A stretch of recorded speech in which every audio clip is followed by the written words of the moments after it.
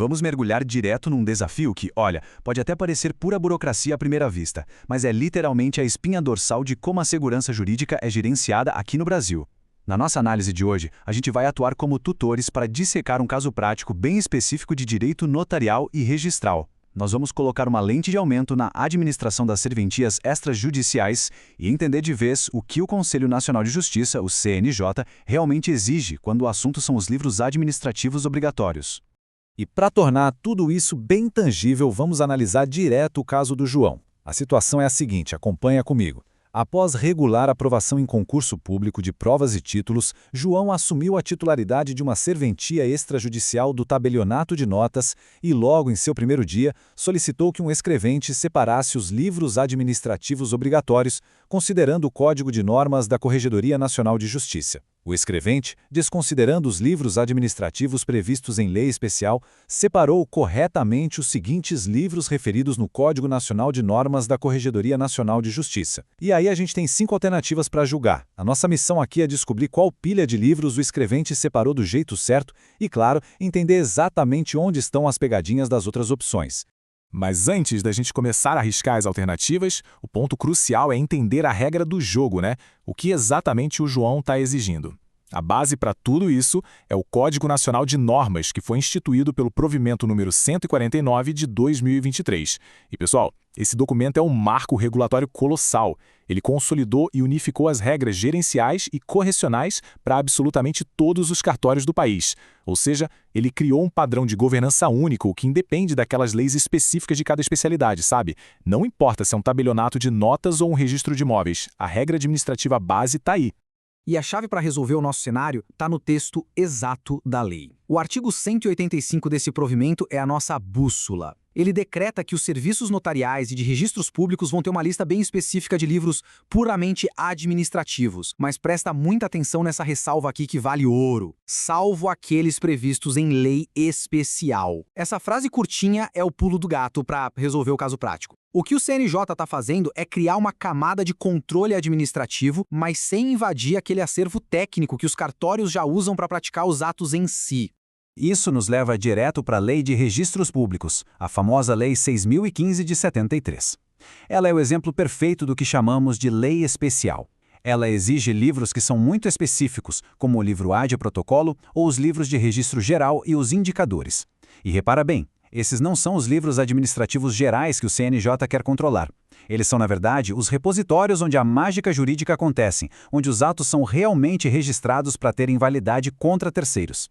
Então, para a gente não cair em pegadinha nenhuma, a gente precisa deixar essa fundação bem sólida na cabeça. A gente tem duas categorias bem diferentes. De um lado, os livros finalísticos. Eles formam um acervo técnico do cartório, são exigidos por leis especiais e servem para praticar o ato registral ou notarial na veia. Do outro lado, a gente tem os livros administrativos, que são foco do João e da nossa análise. Eles têm um cunho puramente gerencial e de correição, exigidos de forma padronizada pelo CNJ para garantir auditoria e transparência. Com essa divisão clara na mente, resolver a questão vira pura lógica. Vamos lá, passo a passo. Vamos analisar a alternativa A. Aqui, o escrevente separou índice, fiscalização e requisições e emolumentos e selos. A gente já pode eliminar essa opção de cara. Sabe por quê? Primeiro, índice é um livro finalístico, exigido lá pelas leis especiais para facilitar a busca de registros. Não é uma exigência puramente administrativa do CNJ.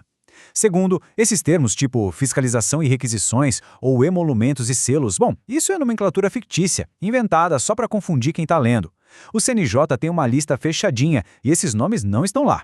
Pode passar caneta vermelha. E alternativa B? Protocolo e correições, receitas, despesas e repasses e registro auxiliar. Mesmíssima armadilha conceitual. Olha lá os termos protocolo e registro auxiliar. Ambos são livros super técnicos essenciais para a prioridade para o arquivamento dos atos, previstos rigorosamente lá na Lei de Registros Públicos. Eles não entram no grupo de gestão do CNJ do artigo 185. E detalhe, receitas, despesas e repasses até soa plausível, né? Mas é outro nome inventada. Totalmente incorreta. Agora, alternativa D, registros gerais, correições, inspeções e requisições. e receitas, despesas e repasses. Seguindo a nossa lógica impecável, Registros Gerais é literalmente o livro 2 do Registro de Imóveis. É o coração do sistema de matrículas. É a essência de um livro de lei especial, passando bem longe do que o João pediu, que eram os livros puramente administrativos. E os outros nomes da alternativa? Continuam sendo criativos, porém falsos. Eliminada sem pestanejar. Chegando na alternativa E, protocolo e apontamentos, fiscalização e comunicações, e registro de receitas e despesas. Olha, mais uma mistura daquelas. Protocolo e apontamentos tenta juntar conceitos do acervo técnico, de apontamento de títulos, e fiscalização e comunicações simplesmente não existe no rol do provimento 149. É até fascinante como eles inventam nomes que parecem muito com a prática diária, só para desviar a nossa atenção da norma exata. Risco vermelho nela também, não serve para a gente.